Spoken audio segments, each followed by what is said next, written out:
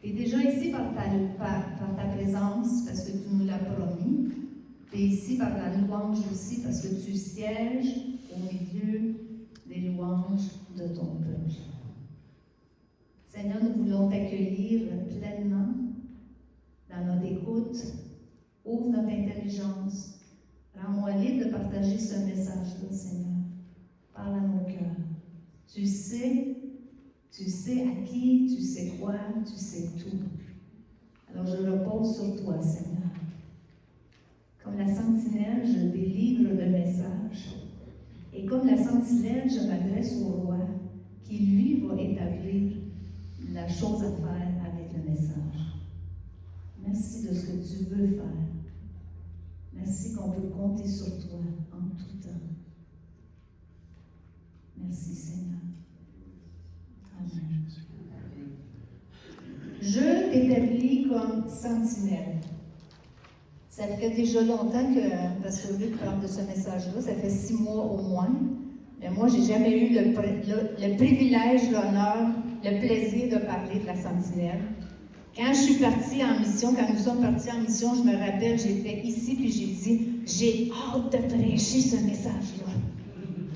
C'est aujourd'hui. Alors, mon message, c'est « Je t'établis comme sentinelle ». Le texte que j'ai, c'est 2 Samuel, je pense qu'il est tout là. 2 Samuel 18, 24. Si vous avez vos Bibles, si vous avez votre téléphone, si vous avez vos yeux pour regarder le texte, ça dit, fais-tu des folies? C'est toi?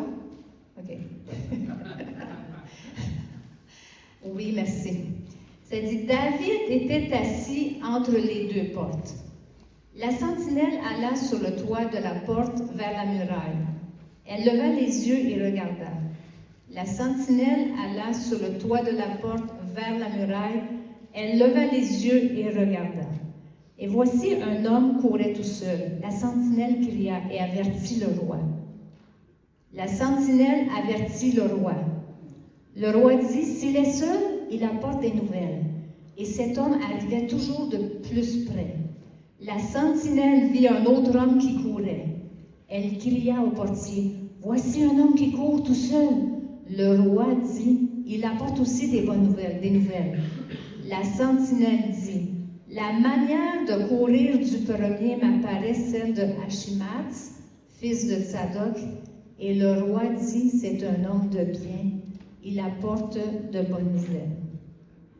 Alors moi, ce que je veux parler ce matin, c'est le rôle de la sentinelle, à qui la sentinelle doit faire son rapport. OK, on regarde ici. Les limites de la sentinelle, l'exemple de la sentinelle. C'est-à-dire, je vais vous donner 3 exemples de sentinelle, puis est-ce que c'est pour nous encore aujourd'hui ou c'est un texte, un appel qui date juste du temps médiéval ou ça n'existe plus aujourd'hui. 5 choses que je veux regarder avec vous. Ça se peut-tu que j'ai une image, l'autre image avec une sentinelle, ça. On parlait de ça hier soir à la prière, puis Noël, il a dit, quand on restait à sorte tête à gauche, parce qu'on restait à sorte tête à gauche, loin, loin, loin. On avait une sentinelle sur le terrain. Appelez-vous ça une sentinelle? On avait une lumière lampadaire, puis on appelait ça une sentinelle. J'ai trouvé une image. Il dit, c'est ça que une sentinelle, à quoi ça sert? C'est que ça éclaire. Ça éclaire alentour. Ça éclaire qu'est-ce qui se passe, puis on peut observer s'il y a quelque chose qui ne va pas bien, s'il y a des intrus, s'il y a des animaux. Là où on restait, il y avait beaucoup de terrain. On pouvait avoir toutes sortes de petites bébites, de moyennes bébites, de grosses bébites sur le terrain. Puis on pouvait voir ce qui se passait. Voyez-vous? Alors, la sentinelle. Donc, c'est quoi le rôle de la sentinelle? J'ai compris que ça varie dépendant du contexte. Au niveau militaire, la sentinelle est là pour l'alerte, la vigilance, la protection. Au niveau du football, ça doit être pour les amis du continent africain. Ça dit que la sentinelle est là pour le milieu défensif. Frank, c'est-tu correct ça? Numéro 6, ça dit-tu quelque chose? C'est ça qu'ils disent, OK? Il y a même une sentinelle dans le football. la sentinelle au niveau social et prévention, ça c'est pour toi, Guylaine. C'est pour aider les gens, puis elle est là pour détecter, écouter, orienter et faire un lien social. C'est comme le premier maillon pour la sécurité des gens. Puis, on est habitué ici, dans le contexte spirituel, la sentinelle aussi, elle est là pour, elle est vigilante à ce qui se passe. Elle est là pour intercéder aussi. Elle voit, elle peut intercéder. Puis elle est là pour avertir aussi. Dans l'Ancien Testament, le sens qu'il y a, c'est comme ramène l'image du monsieur assis sur le bord de ça. Ça ressemble à ça, me semble, la sentinelle de l'Ancien Testament. Pas tout à fait, mais presque. Il voit, il observe, il regarde ce qui se passe. Il est assis, il monte la garde. Il est à son poste, il est à la porte, il est sur un rempart. Puis il observe. Je peux vous dire que la sentinelle, il n'y a pas 10 personnes autour d'elle. Chacun est tout seul à son poste pour observer. Et autour du château, parce que c'est un château probablement, autour de la forteresse, il y a plusieurs sentinelles. Il n'y a pas qu'une sentinelle, il y a plusieurs sentinelles. Mais chacun est alerte à son tour de garde. Ils ne sont pas tout le temps en alerte parce qu'ils doivent aller dormir. Qui qui travaille de nuit ici? Qui sait c'est quoi travailler de nuit ici? Hein? On est-tu content quand le matin arrive, hein? Pour aller dormir! Okay? On n'est pas tout le temps en alerte, on n'est pas tout le temps en service. C'est la même chose avec la sentinelle. Elle n'est pas tout le temps en service, mais quand elle est en service, elle doit être attentive, surveiller ce qui se passe, en alerte. On a aussi le sens de gardien pour le mot sentinelle. Comme quand Pierre était en prison, il y avait des gardiens autour de lui, il y avait des sentinelles autour de lui. On voit aussi dans ce thème-là, ce mot-là, le sens de celle qui regarde par la fenêtre. Soit elle est à l'intérieur, mais elle regarde ce qui se passe à l'extérieur. Donc, la sentinelle, son rôle, c'est d'observer, regarder, écouter, surveiller, garder, être le gardien. Puis elle doit être en alerte. OK? Ceux qui travaillent de nuit, je ne sais pas si vous savez, je ne sais pas si vous vous rappelez, moi, à 3 heures du matin, c'était l'heure la plus difficile pour le service. Soit que tu manges ou soit que tu dors. Mais tu n'es pas supposé dormir parce que tu es en service. OK? Bien, être en alerte. Comment on peut faire pour être en alerte durant toute notre relais? Hein? Et puis, être à son poste. Puis aussi, il ne faut pas qu'elle ait des distractions. Parce que, on va dire plus tard, hein? Alors, c'est tout ça, la sentinelle. C'est quoi son rôle? Observer, regarder, être attentif, surveiller. À qui, deuxième point, à qui la sentinelle doit faire son rapport? Dans mon texte, la sentinelle faisait son rapport au roi, à l'autorité, à la personne qui l'a engagée. Vous comprenez bien que la sentinelle, elle ne s'est pas imposée sentinelle. Hein? Puis la sentinelle, ce n'est pas un étranger dans le royaume. Elle sait ce qui se passe dans le royaume. Elle connaît la vie du royaume. Elle n'est pas étrangère avec le roi non plus. Elle connaît le roi. Elle a accès au roi. Êtes-vous avec moi? Pouvez-vous faire le lien avec nous, comme enfants de Dieu, tu sais? On connaît ce qui se passe dans le royaume. On n'est pas étranger au royaume. On n'est pas étranger avec le roi. On connaît le roi. On peut lui parler. On a accès à lui. Puis c'est ça, c'est lui qui nous a appelés. C'est lui qui nous a appointés dans cette responsabilité. Elle est familière, elle sait ce qui se passe. Donc, si elle sait ce qui se passe, elle sait quand il y a quelque chose d'anormal qui est en train de se produire. Elle sait que, ben voyons, c'est pas de même, voyons, ça marche pas là, c'est pas de même que c'est supposé d'être. Elle est capable d'avoir un raisonnement et de juger d'une situation. Elle sait comment ça devrait se passer, puis c'est pour ça qu'elle est capable d'avertir le roi. Vous savez bien qu'elle ne va pas avertir le roi s'il y a un lapin qui passe à travers le terrain. S'il y a un lapin qui se met à courir dans le champ, elle va-tu aller avertir le roi? Ben non, hein? C'est normal. Mais s'il y a quelqu'un qui vient avec son fusil puis commence à courir à travers le champ, ben, pensez-vous qu'elle va faire de quoi?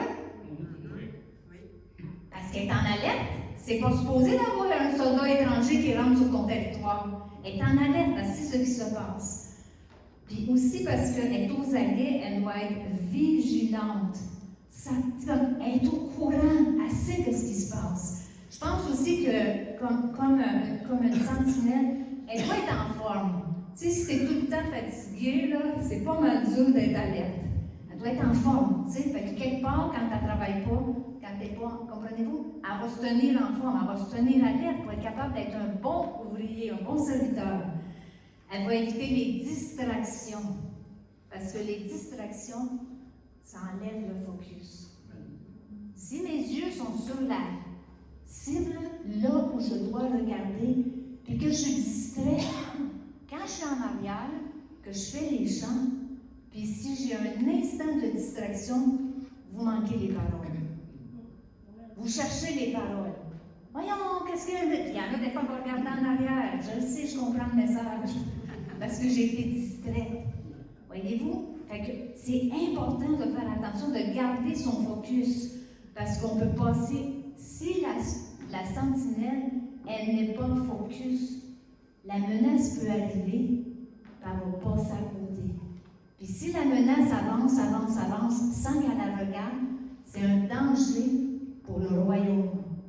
C'est un danger pour le roi, c'est un danger pour le royaume, c'est un danger pour ses concitoyens. Ça amène, c'est un risque. Voyez-vous la responsabilité de la sentinelle? C'est au roi qu'elle fait son rapport. Maintenant, c'est quoi la base de son rapport? Quand est-ce qu'elle va faire un rapport? Voyez-vous, la sentinelle, elle connaît les conventions du royaume. Elle connaît les règles du royaume. Elle connaît les principes du royaume. Elle va rapporter tout ce qui peut perturber la sécurité du roi, du royaume, des concitoyens. Elle sait quand c'est le temps d'apporter l'information au roi. En tant qu'enfant de Dieu, en tant que sentinelle pour le Seigneur, voici les conventions du royaume. Voici les règles dans le royaume. Voici les principes dans le royaume de Dieu. Puis quand ça sort en dehors de ça, ça se peut-tu que j'ai un rôle à jouer? Ça se peut-tu que j'ai une responsabilité? Alléluia. Maintenant, la sentinelle, elle a aussi des limites. OK? Qu'est-ce que je veux dire par là? Elle est là pour observer, surveiller, détecter. Elle est là pour être vigilante. Elle ne fait pas les règles. C'est pas la sentinelle qui décide qu'est-ce qui va dans les conventions, dans les principes, dans les règles du royaume. C'est pas la sentinelle qui décide ça. C'est tout décidé pour elle. Ça a tout déjà été décidé. Ça a tout déjà été décidé pour nous. C'est là-dedans, on reste là-dedans. Jésus a dit, si quelqu'un enlève une portion, il va avoir un prix à payer. Si quelqu'un ajoute, il y a autre chose. Comprenez-vous? Fait que elle respecte le guide à suivre. C'est un peu comme le policier avec son code de route. Il ne vous arrêtera pas parce qu'aujourd'hui, vous portez une robe rose, puis il n'est pas content de votre robe rose, puis il n'aime juste pas le rose, puis il va vous arrêter. Ça ne marche pas de même. Il y a un code à suivre. Êtes-vous avec moi? OK? Il y a un code à suivre. Il va suivre, il va respecter ses règles. La sentinelle aussi, elle n'est pas influencée par l'opinion des autres. Ça ne change rien, l'opinion des autres, parce qu'il y a un code. Il y a une convention, il y a des principes, il y a des règles. Ça ne change rien si l'autre est d'accord ou pas d'accord. C'est ça qui prime. C'est ça le cadre. C'est ça les frontières. OK? Même si l'opinion publique est toute contre elle, elle est capable de dire c'est ça les principes de mon royaume, dans mon royaume. C'est ça que je dois observer. Puis quand ça vient contraire à ça, je dois parler. Puis c'est où ce qui est sa limite? Son rôle, c'est d'avertir l'autorité. C'est d'avertir le roi. C'est d'aller au roi pour lui dire, il se passe ça là. Il y a ça, il y a un ennemi qui est en train de venir. Puis personnellement, je pense que son rôle aussi, c'est vers le roi. Pourquoi? Parce que le temps qu'elle voit l'attaque, ce qui se passe, elle ne va pas dire à tout le monde « Hey! Hey! Il y a un ennemi qui s'en vient, là! Il y a un ennemi qui s'en vient! » Puis tout d'un coup, c'est pas un ennemi. Elle va avoir alerté le monde pour rien. Elle va avoir créé le stress pour rien. OK? Qu'est-ce qu'elle fait? Elle va directement au roi. Quand je vois quelque chose qui cloche, qu'est-ce que je fais? Je le dis-tu à tout le monde? Parce que peut-être que si je le dis à tout le monde, la stratégie du roi va être perdue. La manière qu'il veut agir, elle va tomber à l'eau. Il va être obligé de trouver une autre stratégie, comprenez-vous? Tandis que je crois vraiment que la sentinelle, elle va au roi. Puis elle lui dit, voilà le danger. Voilà la menace. Voilà ce qui est devant nous. Tu sais? Merci beaucoup. Retourne à ton poste. La responsabilité appartient à l'autorité, au roi. Amen? D'accord avec moi? Alors, c'est là qu'est sa limite. Elle est là pour voir, observer, avertir qu'il y a un danger, que l'ennemi s'en vient, que l'ennemi prend du terrain, puis elle se rapporte au roi. Puis elle doit être prudente.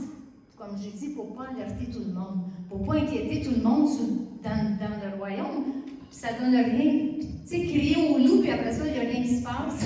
Bon, ça pourrait ressembler à ça. Fait qu'elle va directement au Seigneur, elle va directement à l'autorité, puis le roi, lui, va faire la décision. Son rôle à elle, c'est de voir, rapporter, avertir. La responsabilité de roi, c'est faire la décision qu'il doit faire selon la situation. Alors, pour moi, c'est ça, les limites de la sentinelle. Bon, où tu t'en vas avec ça? Bien, parce que notre thème, c'est « Je t'établis comme sentinelle ». Puis on doit avoir un rôle à jouer là-dedans. Puis là, je vais vous montrer 3 exemples, puis vous allez voir, la sentinelle n'est pas tout le temps assise du haut de son château, dans sa tour, à observer.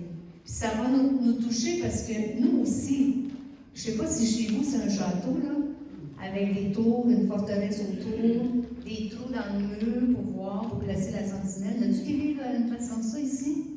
Il n'y a personne de nous qui vit là-dedans, hein?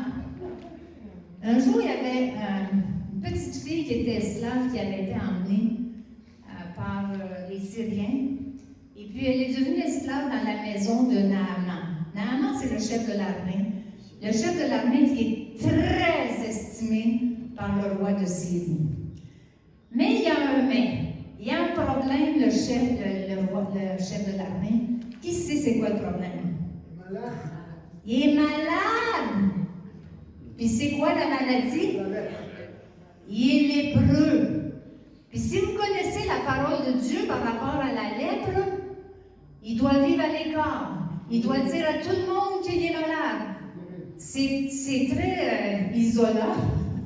Puis une petite fille qui a été apportée comme un esclave, puis tiens, elle se retrouve dans la maison de Naaman. Une petite fille comme ça, là, on ne sait même pas son nom. Je pense qu'elle, ça doit venir de là, le soldat inconnu. La statue au soldat inconnu, je ne sais pas trop. Ça doit venir de là, parce que la petite fille est inconnue. Mais regardez qu'est-ce qu'elle fait. Bien sagement, bien bravement, bien audacieusement, elle dit à la madame, à la femme de Naaman, sa maîtresse, son autorité, elle lui dit, « Oh, si mon Seigneur était auprès du prophète qui est à Samarie, le prophète le guérirait de sa lèpre. » Je ne sais pas pour vous, là, mais pour moi, là, c'est une vraie sentinelle. Elle est toute petite, mais elle connaît, elle observe, elle sait qu'il est malade. Elle observe la situation, puis elle sait que ça peut changer. Elle sait qu'elle peut faire quelque chose. C'est juste une petite esclave, mais elle est capable de parler à la maîtresse. Puis elle n'a pas laissé la peur lui voler le privilège de partager une bénédiction. Elle n'a pas laissé la peur lui voler de partager quelque chose qui va faire du bien.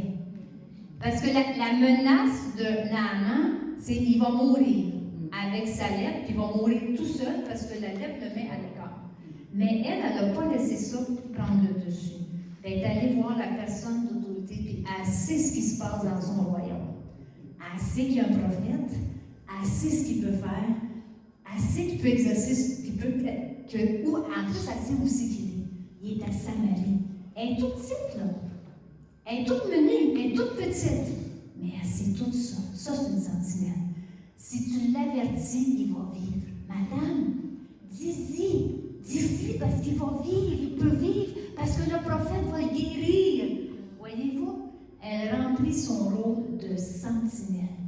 Elle observe et elle avertit. Est-ce que la décision qui vient après, ça lui appartient? La décision qui vient après, ça appartient à la petite fille? Au gars. Puis vous savez toute l'histoire, là. En tout cas, si vous ne la savez pas, je vais vous la partager une autre fois. OK? Le roi, ben il va. Parce que sa femme a dû dire, mon amour, je vais te garder tout le restant de mes jours. S'il te plaît, vas-y. OK? Alors, Naaman, il va, puis le prophète, il ne sort même pas. Il envoie son serviteur, puis il dit, d'ici qu'elle se baignait dans les eaux de... Je ne me rappelle même pas, là. Dis qu'il va se tremper dans telle place, dans tel ruisseau, là. 7 fois, puis il va guérir. Et je vous assure que Naaman n'était pas impressionné. Il était peut-être impressionnant pour le roi, mais il n'était pas impressionné par le prophète. Puis là, tout le monde qui est avec lui, il dit, ben, si tu aurais dit d'aller au Kilimanjaro, je ne sais pas comment ça s'appelle cette montagne-là, tu y aurais été. Ben, vas-y! Il n'a pas dit ça même, là, parce que c'est quand même leur autorité, tu sais. Vas-y! Alors, il y va. Une fois, 2 fois, pareil. 3 fois. Combien de fois qu'il s'est trompé? 7 fois. Qu'est-ce qui s'est passé? Répétez. Il a été guéri. Simplement parce qu'une petite fille, esclave, elle connaissait ce qui se passait dans son royaume.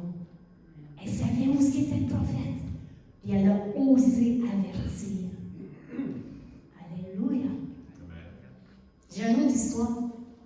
Est-ce que vous connaissez l'histoire de Shadrach, Meshach et Abednego? 3 Juifs qui ont été emportés en captivité en Babylone. Est-ce que c'était les seuls qui avaient été apportés en captivité à Babylone? Non, il y avait plein de jeunes hommes brillants, intelligents, qui avaient été apportés. Daniel faisait partie, mais il n'était pas là à ce moment-là. Okay? Il y avait plein de jeunes hommes. Puis le Nabucodonosor, le roi, a décidé de faire construire une grande statue, puis que quand les instruments de musique sonnaient, tous les instruments de musique sonnaient, tout le monde devait s'agenouiller devant la statue, tout penché, s'agenouiller devant la statue. Tous les Juifs le savent, ils ne sont pas supposés faire ça. Ils ont tous été élevés de la même manière. Êtes-vous d'accord avec moi? OK? Il y en a seulement 3. Seulement 3 qui ne s'agenouillent pas. Seulement 3 qui restent debout à ne pas plier le genou. C'est ceux qui sont fait rapporter, c'est ceux qui sont présentés au roi. Et vous savez ce qu'il va devant s'il n'écoute pas le roi? Il va aller au chaud. Ils vont pas aller dans le sud. Dans le sud, 7 fois pire que le sud. OK? Mais c'est ça, ils font face à la mort à cause de la fournaise, puis le roi est tellement pas content, il a dit 7 fois pire. Puis c'est tellement chaud que ceux qui les mettent dans la fournaise, ils meurent. C'est chaud, là. C'est pas une joke, là, OK? Mais eux autres sont restés debout. Puis on dit au roi, si c'est ça qui est ça. Si c'est ça qui est devant nous, c'est ça qui est ça. Mais c'est parce qu'ils se sont tenus debout comme des sentinelles, à briller la lumière, à briller la lumière, tu n'auras pas d'autre Dieu devant ma face. Tu n'adoreras pas d'autre Dieu devant ma face. Ils sont restés debout. Et parce qu'ils sont restés debout, comme parce que la petite fille elle a osé parler, parce qu'ils sont restés debout, ça a causé un effet de vague sur tout le territoire. Jésus, premièrement, si tous les Juifs auraient fait ça, il y aurait eu toute la même expérience. Mais ces trois-là, quand ils se sont retrouvés dans la fournaise, il y avait quelqu'un qui était là. Il y avait quelqu'un qui les attendait. Puis quand le roi a regardé, il dit, « Coudonc, c'est-tu pas juste toi qu'on a mis dans la fournaise? » Puis il dit, « J'en vois 4. J'en vois 4. » Jésus était là. Puis le roi, ça l'a fait changer d'idée parce qu'il y a eu un édit après ça, un édit royal. « Voici maintenant l'ordre que je donne. Tout homme, à quelque peuple, nation ou langue qu'il appartienne, qui parlera mal de Shadrach, Meshach et Abednego sera mis en pièces, et sa maison sera rédigée en un tas d'immondices, parce qu'il n'y a aucun autre Dieu qui puisse délivrer comme lui. » Parce qu'ils se sont tenus debout devant l'opposition, devant ça. Okay? Ils se sont tenus debout, ça a eu un effet pour honorer le Seigneur. Pour moi, ce sont des sentinelles. Voyez-vous, se tenir debout quand tous les autres fléchissent leurs genoux.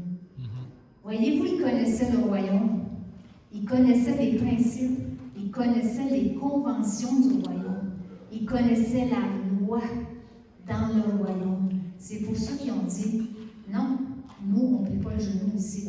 C'est pas ça que Dieu veut de nous. Puis Dieu, il connaissait leur histoire. Si Dieu a fait ça pour eux avant, il est capable de faire quelque chose pour nous. Puis si c'est pas ça, on va être avec lui dans l'éternité. Voyez-vous? Il est capable d'observer puis de voir, ça ne marche pas, là. C'est pas le même que c'est dans le royaume. On se tient debout. Une autre histoire que j'aimerais vous raconter, c'est l'histoire de Mardoché. Mardoché, c'est l'oncle de Esther. On connaît la reine Esther, hein? Mais c'est son oncle. Puis il y a quelqu'un dans le royaume qui n'aime pas les Juifs. Il s'appelle Haman. En anglais, c'est Haman, je pense. OK? Haman, OK? Mais lui, il n'est pas content. Lui, il a enjôlé le roi pour être capable de faire détruire les Juifs. Il y avait même un édit royal qu'il pouvait tuer les Juifs à telle journée. Puis Mardoché, c'est tout ça. Puis tout le monde plie les genoux devant Haman. Tout le monde plie le genou devant Haman. Les gens passent, puis les gens plient le genou, sauf Mardoché. Ça anime encore plus la haine de Mardoché quand il découvre que... Ça alimente la haine de Haman quand il voit que Mardoché ne plie pas le genou devant lui. Mais Mardoché, ce qu'il fait, il va à la personne la plus proche qui a accès vers le roi. OK? Qui est Esther. Esther qui sa nièce, mais elle est mariée avec le roi. Quelle belle connexion, hein? Puis là, il fait savoir ce qui se passe. Puis c'est là la phrase célèbre qui dit « Qui sait si ce n'est pas pour ce jour, ce moment, ce temps que tu es là comme reine? Qui sait si c'est pas pour ça que Dieu t'a pas placé là? » Et puis, bien, la réponse, après coup, après fait, après lecture, c'est ça qu'on comprend. C'est exactement pour ça que Dieu avait placé Esther à cette position-là. Dans cette histoire, pour moi, c'est Mardoché la sentinelle. C'est lui qui voit, c'est lui qui avertit, puis c'est à cause de lui qu'il y a eu un renversement, que les Juifs ont été sauvés. Il n'y en a pas un qui vit dans un château, excepté Esther peut-être. OK? Mais ils sont tous là parmi le monde, puis ils font tout ce que c'est qu'ils sont supposés de faire. 3 histoires pour nous faire poser la question. Est-ce est-ce que ça se peut que Dieu nous appelle à être une sentinelle? En 2026? Vous allez peut-être dire, tu veux-tu nous faire retourner à l'ancien temps, au temps médiéval, ou tout ça? C'est comme, est-ce que ça se peut que Dieu nous appelle à être des sentinelles? Est-ce que ça se peut qu'il y a des choses qui se passent autour de nous, puis Dieu veut qu'on soit alerte, puis qu'on soit capable d'avertir? Est-ce que ça se peut? Savez-vous que le diable n'est pas en chômage? Ça n'existe pas le chômage pour le diable. Je dirais même qu'il y a le pied sur le gaz, pas à peu près. Au fond. Et si vous écoutez ce qui se passe dans le monde qui nous entoure, et le tableau, je vais vous dire ça, là, efface ça. Wow! L'ennemi est actif. L'ennemi est actif. Comme une bête qui est coincée dans le coin, là, puis essaie de s'en sortir, l'ennemi est actif. La Bible nous a dit, puis va nous dire encore, soyez sobres. Restez, il a ce respect, restez vigilants. Votre adversaire, le diable, rôde comme un lion rugissant, cherchant qui il va dévorer. Ça peut être une personne qui veut dévorer, ça peut être une maison qui veut dévorer, ça peut être une famille qui veut dévorer, ça peut être une nation qui veut dévorer. Il est actif. Mais voyez-vous, le Seigneur est plus. C'est pour ça que Jean a préparé les gens pour la victoire dans des chants, que l'armée est victorieuse. On n'est pas défait à cause de tout ce qu'on voit.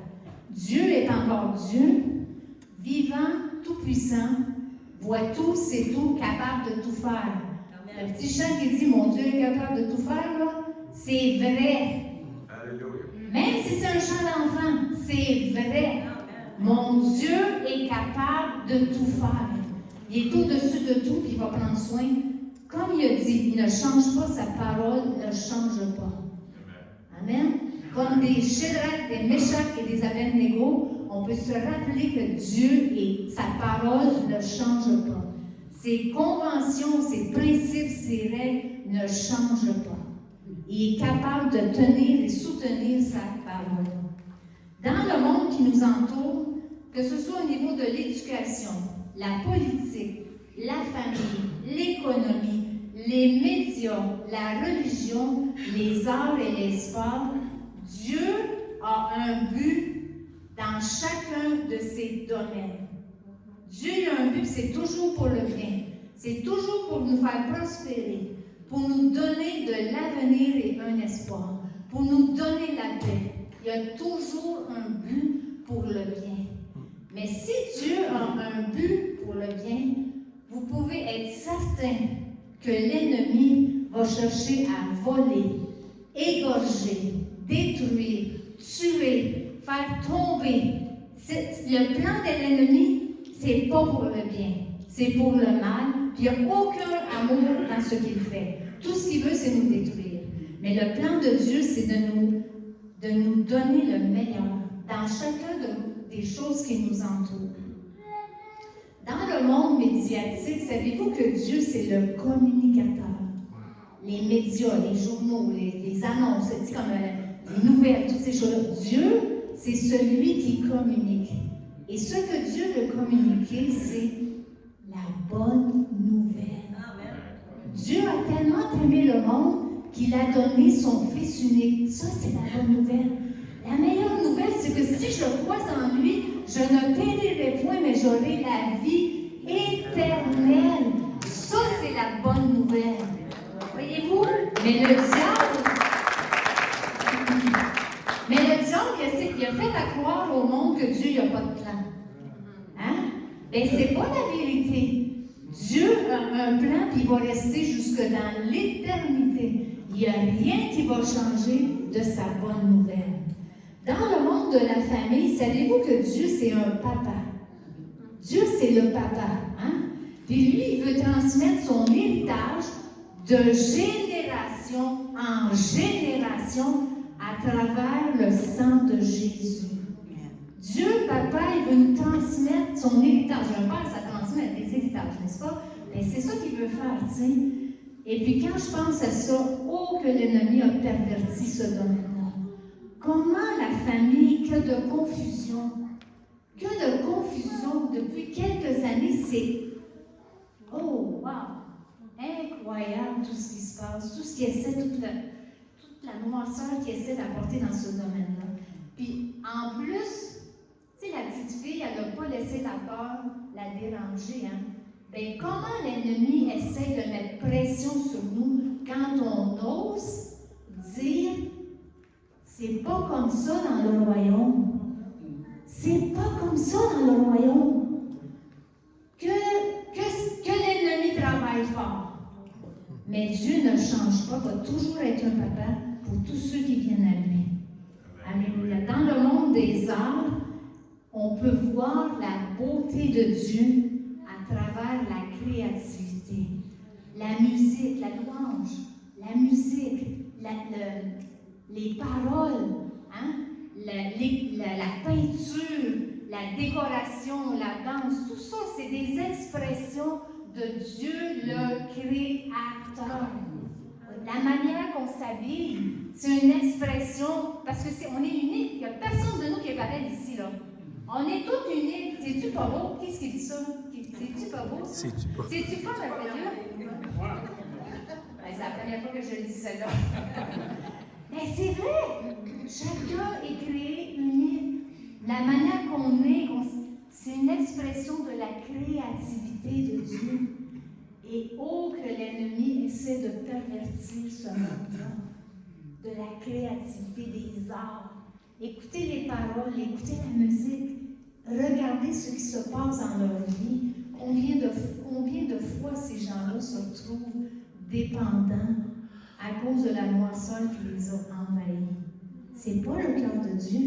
Dieu veut continuer à exprimer sa beauté par l'art. C'est pas... Dieu, c'est un artiste. À chaque matin, il y a une toile de fond pour chacun de nous. Des fois plus blanche, des fois plus bleue.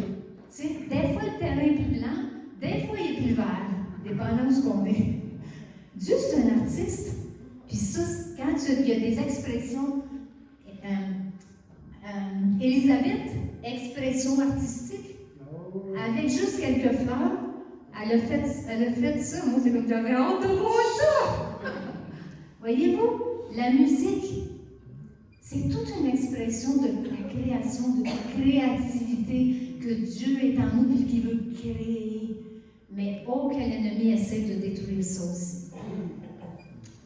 Dans l'économie, savez-vous que Dieu est riche? Savez-vous que Dieu est riche? Juste quand il dit « à moi l'or et l'argent ». Il est riche. Avez-vous déjà été élevé avec la pensée, quand on est né pour un petit pain? Quand on est né pour un petit pain, c'est pas écrit dans la convention ici. Voyez-vous? Voyez-vous comment la perversion... Savez-vous que pour donner, il faut être capable de faire avoir du... Pour être capable de donner, il faut en avoir de l'argent. Le problème, c'est pas l'argent. Le problème, c'est où est notre cœur avec l'argent.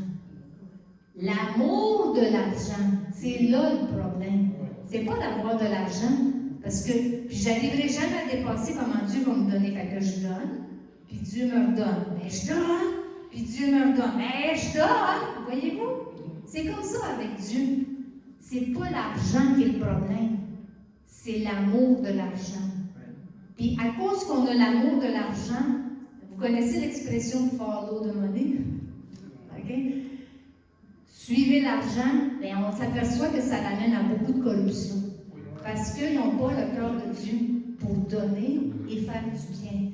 Donner et bénir. Aller, donner et bénir, faire du bien, partager à ceux qui n'en ont pas, tout ça, tu sais. Fait que Dieu n'est pas du tout contre la question d'être riche, parce que lui-même il est riche. Si on est ses enfants, quelque part, d'avoir une petite portion de richesse. Hein? C'est la demi-vérité qui rend pauvre. C'est la demi-vérité qui rend pauvre. On ne devrait pas être riche. Il ne faut pas être riche. L'argent, c'est dangereux. Ça, c'est une demi-vérité. Si c'est une demi-vérité, c'est un mensonge. Dieu est riche et il veut partager ses richesses avec nous pour qu'on puisse pas l'emmagasiner, mais la partager. Partager. Alléluia. Bon, on va changer de domaine. Pour ce qui est de la religion, Dieu, c'est le Rédempteur. Dieu, c'est celui qui sauve, c'est le Rédempteur. À travers ce que Jésus a fait sur la croix. Puis c'est un cadeau. C'est une grâce qu'on ne mérite pas. Mais il faut le recevoir. Il faut dire, je suis pécheur, j'ai péché, j'ai passé la marque, je n'ai pas été obligé, j'ai passé à côté, je le reconnais, je te demande pardon. Je crois que quand tu es mort sur la croix, c'est pour moi que tu l'as fait. Je l'accepte. Viens dans ma vie. Et à partir de ce moment-là, je deviens son enfant. Amen. Il y a une action à faire, voyez-vous. Mais je ne peux rien faire pour gagner, par exemple, l'éternité. Je ne peux rien du tout faire pour gagner la vie éternelle avec Jésus. C'est lui qui a tout fait. Amen. C'est lui qui a tout fait pour chacun de nous. La seule affaire qu'on peut dire, c'est j'ai dit oui, Jésus. Oui, Jésus. Puis même ça, c'est l'œuvre du Saint-Esprit qui nous convient. Voyez-vous? Pas grand-chose à se glorifier, à se péter les pétales. Voyez-vous? Et comment l'ennemi a fait pour pervertir le monde de la religion, c'est que c'est pas juste Jésus qui est le chemin. Il y en a plein de chemins. Pourquoi il y a tant de religions dans le monde? Tout le monde pense que c'est lui qui a raison. C'est pour ça qu'on dit qu'on ne prêche pas de religion. On prêche une relation avec Jésus. C'est pas la même affaire, pantoute, que la religion. Voyez-vous? Le diable vient et pervertit, faire à croire qu'il faut gagner son ciel, il faut faire des affaires. C'est comme ça qu'il a perverti le monde de la religion. Tandis que Dieu nous offre le salut gratuit en Jésus. Amen. Quant au monde de l'éducation, il y a toutes sortes de manières d'apprendre. Dans les dernières années, c'est terrible ce qui se passe au niveau de l'éducation. Ceux qui ont des enfants, ceux qui ont des petits-enfants qui vous disent ce qui se passe, les enseignants, je suis sûre que ça ne rentre pas dans les valeurs que vous avez comme personne humaine. Vous êtes forcés, vous avez la pression, c'est dur de résister, c'est dur de... Bon, tout ça. Mais le cœur de Dieu, c'est de nous apprendre de toutes sortes de manières. Savez-vous que la nature, c'est un bon enseignant? Amen. Hein? Savez-vous que jardiner, c'est un bon enseignant? Faire un petit jardin, ça nous enseigne tellement de belles affaires. Dieu utilise toutes sortes de choses pour nous enseigner, pour qu'on apprenne l'école, mais aussi tout ce que c'est qui se passe autour de nous. Les relations interpersonnelles, c'est-tu pas une bonne école, ça? En connaissant les principes qu'il y a dans le livre, d'aimer, de pardonner, d'être gracieux. Des fois, on a envie de sortir du livre, hein? Ah oui, la chair. Elle nous suit tout le temps, elle, hein? Elle nous poursuit tout le temps. Oh. Merci pour l'éternité que ça ne va pas être comme ça. Oui, amen. Alléluia. Puis tu sais, Dieu, je pense juste à Adam. Ça dit, Adam, il parcourait le jardin pour voir. Il venait voir Jésus. Ça me semble que c'est mon image. C'est mon adaptation de ce verset-là. Il venait le soir, puis il venait s'asseoir avec Dieu. Il disait, Hey, j'ai découvert ça. Hey, ça se peut-tu que tu as planté des graines, puis ça pousse, puis ça produit des fruits? Hey, j'ai découvert que tel animal, je suis sûre que c'est une école, le jardin d'Éden. Une école pour apprendre toutes sortes de choses, tu sais. C'est Dieu qui l'a placé à l'école. Dieu voulait qu'il apprenne toutes sortes de choses. On peut apprendre de toutes sortes de manières. Oui, il y a l'école traditionnelle, mais il y a toutes sortes d'autres manières d'apprendre. C'est le cœur de Dieu que nous puissions apprendre. Une autre affaire à apprendre, c'est les règles, les conventions, les principes. Si vous ouvrez jamais ce texte, ce livre, si vous ouvrez jamais, Vous ne saurez pas qu'est-ce qu'il y a dans le royaume. Vous ne le saurez jamais, vous n'ouvrez jamais. Peux-tu vous encourager avec amour, avec douceur, mais avec beaucoup de pression? Ouvrez-le. Amen. Lisez-le. Découvrez qu'est-ce qui se passe dans le royaume. Comment ça fonctionne dans le royaume. Comment je devrais agir dans le royaume. Avec mes parents, Paul il parle à Timothée, puis il dit, c'est comme ça que tu devrais agir avec tes parents. C'est comme ça que tu devrais agir avec tes sœurs. C'est comme ça que tu devrais agir en pureté, en droiture, en sagesse, en amour, en patience. C'est là-dedans que tu vas découvrir. Puis parce que tu aimes le Seigneur, parce que nous aimons le Seigneur, ça va être proche de notre cœur. Ça va être dans notre cœur. Puis si c'est dans notre cœur, ça va être dans nos actions. Peux-tu avoir des amens à ça? Amen. Si c'est dans notre cœur, ça va être dans nos actions. Apprendre. L'éducation. Le dernier domaine, et non le moindre, c'est le domaine de la politique. Aïe, aïe, aïe, aïe, aïe! Dans le royaume, saviez-vous que c'est Dieu, il est le roi. C'est lui le roi. Le papa, le consolateur, mais le roi, il est le roi. Et le roi veut exercer son pouvoir à travers tous les citoyens du royaume pour le bien de chacun. Pour le bien de chacun. La Bible a dit que quand le juste se multiplie, le peuple est dans la joie, mais quand le méchant domine, le peuple gémit. Ce matin, à midi moins 5, 7 juin 2026, il y a beaucoup de peuples qui gémissent. Parce qu'il y a beaucoup de rois qui se sont éloignés de ce livre-là. Beaucoup de dirigeants qui se pensent supérieurs, qui pensent que Dieu n'est pas là, que Dieu n'existe pas, parce que Dieu semble silencieux. Ils veulent faire ce qu'ils veulent sans tenir compte des citoyens dans le royaume.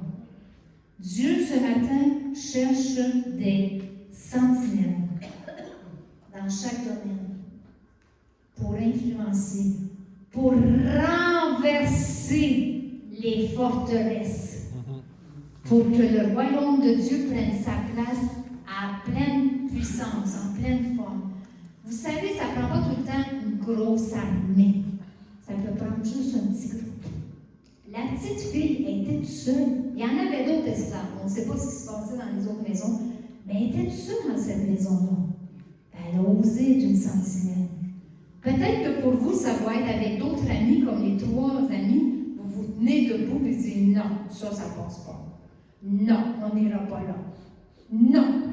Voyez-vous? Parce que vous connaissez les principes qu'il y a dans le royaume. Vous savez que vous pouvez être une sentinelle parce que c'est plus facile quand on est plus que un. Il était 3. Ils sont plus ensemble.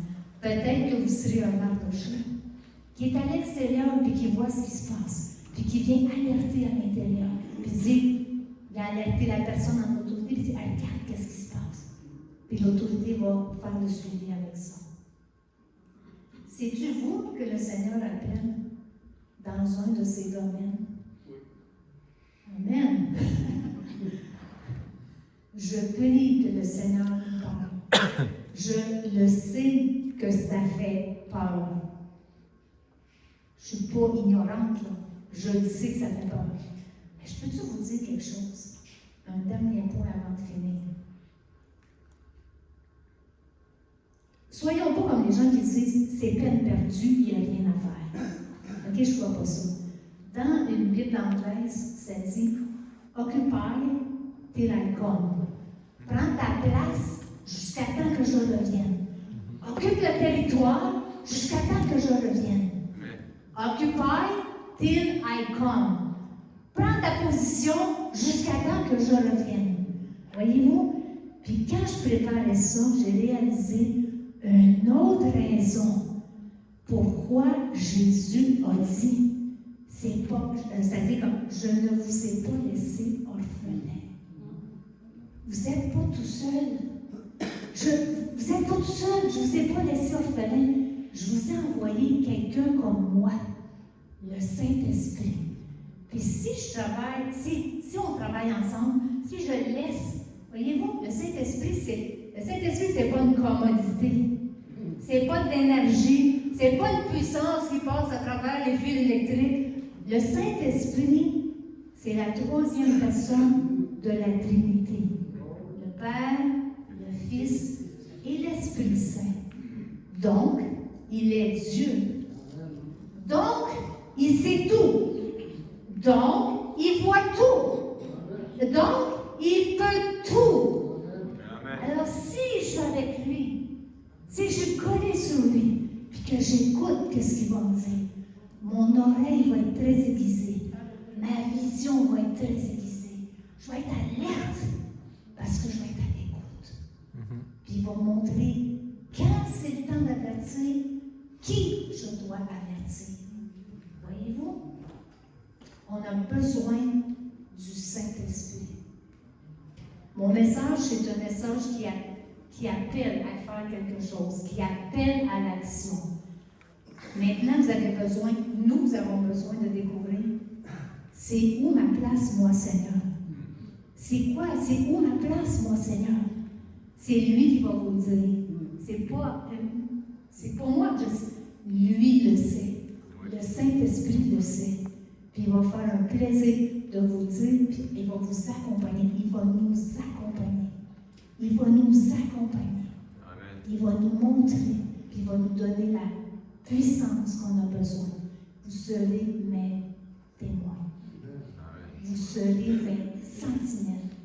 Vous serez mes témoins. Amen. Amen. C'est ça mon message. Et ce que je voudrais finir en douceur avec le piano. Et si vous sentez l'appel de Dieu pour plus de la présence du Saint-Esprit, pour savoir quoi faire, je vous invite à la plaine, je vous invite à la main. On va prendre un temps pour prier, que ce soit doux dans la salle, que ce soit doux au café, que les gens qui sont ici puissent entendre et recevoir. Amen. Amen. Donc, Seigneur, je prie que ce message-là va faire l'impact que toi tu avais planifié. Je prie que notre soif du Saint-Esprit va grandir pour mieux entendre, pour mieux voir, pour mieux te servir comme sentinelle, là où tu nous appelles. Dans le nom de Jésus, je prie. Amen. Amen.